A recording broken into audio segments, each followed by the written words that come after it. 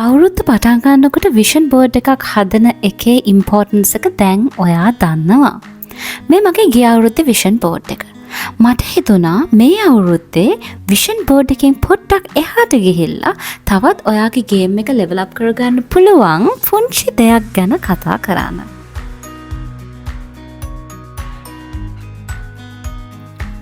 හරි, ඒ තමයි ග්‍රැටිටියුඩ් jar එක. මම මේක අවුරුදු 2ක් තිස්සේ කරන දෙයක්. ඒ තමයි මේ ග්‍රැටිටියුඩ් jar කියලා බෝතලයකට එහෙම නැත්නම් මට නම් මේ jar එක ආස හිතන හින්දා මම මේ jar එක යූස් කරනවා. එහෙම නැත්නම් ඔයාලට ජෑම් බෝතලයක් වුණත් පාවිච්චි කරන්න පුළුවන්. බොක්ස් එකක් පාවිච්චි කරන්න පුළුවන්. ඕනම විදිහකට ඔයාලට පුළුවන් ඔයාගේ ඒ අවුරුද්දේ පුංචි ජයග්‍රහණ ඔයාට සතුටු හිතුණු අවස්ථා ඒ වගේම ඔයා ස්තුතිවන්ත වෙච්ච දේවල් මෙහෙම කොළවල ලියලා එදාම මේ බෝතලෙට දාන්න. එතකොට ඔයාට පුළුවන් වෙනවා ඊළඟ අවුරුද්දේ ආරම්භය හොඳ ආරම්භයක් විදිහට පටන් ගන්න. ඒ කියන්නේ දැන් මේ ජයකේ තියෙන්නේ හුඟක් දුරට ඔයාගේ ජයග්‍රහණනේ. එතකොට අවුරුද්ද අන්තිමට ඔයාගේ ජයග්‍රහණ ටික මතක් කරගත්තාම ඔයාට එනවා හොඳ කොන්ෆිඩන්ස් එකක්. ඒ වගේම ඔයාට එනවා හොඳ සැටිස්ෆැක්ෂන් එකක්, සතුටක්. මම මේ අවුරුද්දේ මේ දේවල් සේරම අචීව් කරානේ කියන එක පුදුමාකාර විදිහේ සැනසීමක් ඔයාට අරගෙන එනවා. ඉතින් ඒ හින්දා මම ඔයාට ඉන්වයිට් කරනවා මේ අවුරුද්දේ මාවල්ස් jar එකක් හදන්න කියලා. එතකොට ඔයාට කරන්න තියෙන්නේ ඔයාගේ පුංචි ජයග්‍රහණ මේ jar එකට එකතු කරලා අවුරුද්දේ අන්තිමට ඒවා බලලා හොඳ මොටිවේෂන් එකක්, ඉන්ස්පිරේෂන් එකක් ඊළඟ අවුරුද්දට ලබා ගන්න එක. ඒ වගේ මම ඔයාලට විශේෂයෙන් මතක් කරන්න ඕනි මේ ජයග්‍රහණ කියලා මම අදහස් කරන්නේ ලොකු ජයග්‍රහණ නෙවෙයි. අවෝඩ් දිනන එක, එතකොට ඔයා මොන හරි ලොකු අචීව්මන්ට් එකක් ගත්ත එක, ප්‍රොමෝෂන් එකක්, හොඳ ග්‍රේඩ් එකක්, ඒ වගේ දේවල් විතරක්ම නෙවෙයි. සමහර වෙලාවල් වලට, සමහර කාලවල් වලට අපිට තියෙනවා අමාරු කාල අපි ෂේප් එකේ ගෙවාගත්ත කාලවල්. ගෙවාගත්ත අවස්ථා. අන්න ඒ වගේ දෙයක් වුණත් මේ මාවල්ස් වලට දාන්න පුළුවන්. සමහර දවස් තියෙනවා අපිට අපේ ශක්තියින් මතක් වෙන දවස්.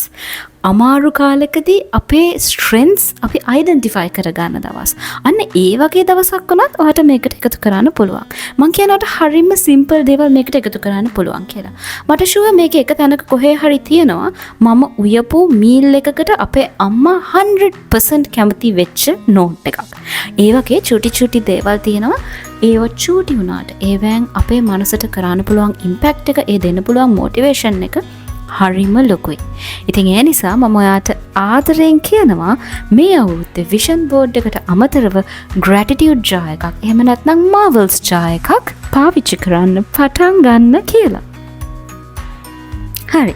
අපි දැන් මේ මාවල්ස් jar එක චුට්ටක් ඕපන් කරලා බලමුකෝ මොනවද තියෙන්නේ කියලා. ඇත්තටම සවිස්තරාත්මකව ගොඩාක් දේවල් ලියන්න ඕනේ නැහැ. චූටියට ඔයාට ඒ ජයග්‍රහණය මතක් වෙන දෙයක් ලියාගත්තොත් මං හිතනවා ඒක ඇති වෙයි කියලා. බලමුකෝ මොකද්ද පළවෙනි නෝට් එක කියලා. ගණන් ටිකක් ලොකු ජයග්‍රහණයක්. won the award for best writer.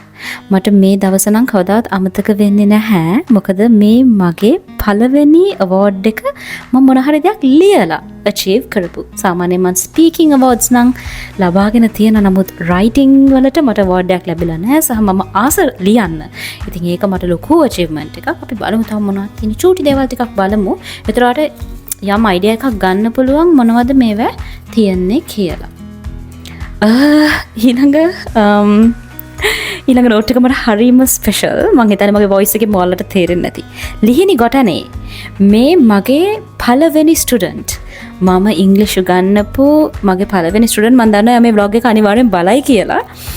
එයා ඒකක් ඉංග්‍රීසි වලට ගත්ත එක මගේ ජීවිතේ ලොකු ජයග්‍රහණයක්. මොකද මම අවුරුදු 3ක් තිස්සේ එයාට තරවටු කර කොහොම හරි ඉංග්‍රීසි කියන සබ්ජෙක්ට් එක ආස කෙරෙව්වා. එයා මං ගාවට එනකොට එයා ඉංග්‍රීසි කියන සබ්ජෙක්ට් එකට පොඩ්ඩක්වත් කැමති වෙලා තිබුණ නැහැ. ලකුණුත් ලොකුවට තිබුණ නැහැ. නමුත් අපි එකතු වෙලා එයාගේ උත්සාහයත් එක්ක කොහොම හරි ඒක අචීව් කරපු එක නම් ලොකු අචීව්මන්ට් එකක් මට. ඊළඟ එකත් ලිහිණි හා සම්බන්ධයි. මම ඒක ඇත්තටම තෝරලා ගත්තේ නැහැ. took ලිහිණි to Colombo and had a great day. ඉතින් මම ලිහිණිට කියලා තිබුණා ඔයා ඒ එකක් ගත්තොත් මම ඔයාව කොළඹ එක්කන් යනවා. මොකද ලිහිණි ඉන්නේ හිඳුරංගල්නේ. කොළඹින් ගොඩක් දුර පැලාතක් මම කිව්වා එයාට මම එයාව එක්කරගෙන යනවා එයාට දේවල් පෙන්නනවා එයා ආස දෙයක් අරන් දෙනවා එහෙම කියලා එයා ඒකක් ගත්තොත් ඒක තමයි යාට තිබ්බ ටාගට් එක. ඉතින් මං එයාව එක්කන් ගිහිල්ලා අපි මට මතකයි ගංගාරාම පන්සල බලන්න ගියා. එතකොට මං එයාව සරසවියකට එක්කන් ගියා. ඒ වගේම අපි shopping ටිකක් කරා. ඉතින් ඒ දේවල් දැන් උනත් මට මතක් වෙනකොට හරිම සතුටුයි. ඊළඟ දේ තමයි The Gypsy Heart Book of Rasika Jayakodi made mighty. My god, I love this book. මේ Gypsy Heart කියන පොත හරිම ලස්සනයි. මේක love story එකක් කියලා මම දකින්නේ නැහැ. මම දකින්නේ ඒක හදවතට කතා කරන පොතක් විදිහට. ඒ පොත කියවුවට පස්සේ මම හිතනවා දවසින් කියවුවා. ඒ පොත කියවුවට පස්සේ මට මාර විදිහට ජීවිතය ගැන දකින්න පුළුවන් වුණා. ඉතින් ඒක මට සතුටක්. දැක්කනේ සමහර පොත් කියවලා අපිට එන සතුට පවා අපිට මේ මාවල්ස් ජායකට එකතු කරන්න පුළුවන්. මම හිතනවා ඔයාලට අයිඩියා එකක් හම්බුණා කියලා. මොකද්ද මේ මාවල්ස් ජායකේ දාන්න ඕනේ කියලා. මට දෙසැම්බර් අන්තිම සතිය ගොඩක් බිසි වෙච්ච නිසා 2026ට මේක හදන්න බැරි වුණා. හැබැයි මම ඒක අද කරනවා. ලොකු දෙයක් කරන්න ඇතරම 25 26 කරලා අලුත් ලේබල් එකක් අලවනවා. මම කල්පනා කරනවා මම මගේ ඉම්ප්‍රූව්මන්ට්ස් කියලා ජා එකක් මේන්ටේන් කරන්න ඕනිද කියලත්. එහෙම කළොත් මම ඒ ගැන කියන්නම්. ඒකින් මට මොකද ෆීල් උනේ? ඒකින් මට ලෙවල් අප් වෙන්න පුළුවන් වුණාද? කොහොමද කියන විස්තරات කියන්නම්. හැබැයි මට ඔයාට කියන්න ඕනි උනේ මේ ජා එක හදන එක මේ අවුරුද්දේ අපි පටන් ගමු කියලා. මොකද මේකින් දැනෙන සතුට, මේකින් දැනෙන සැටිස්ෆැක්ෂන් එක අවුරුදු දෙකක් පුරාවටම මමත් වෙනවා. ඒ සැටිස්ෆැක්ෂන් එක ඔයාටත් ලැබේවා කියලා ප්‍රාර්ථනා කරන ගමන් අද වීඩියෝ එක මම මෙහෙම ඉවර කරන්නම්. Thank you for watching my video and stay tuned with Tales by Zay.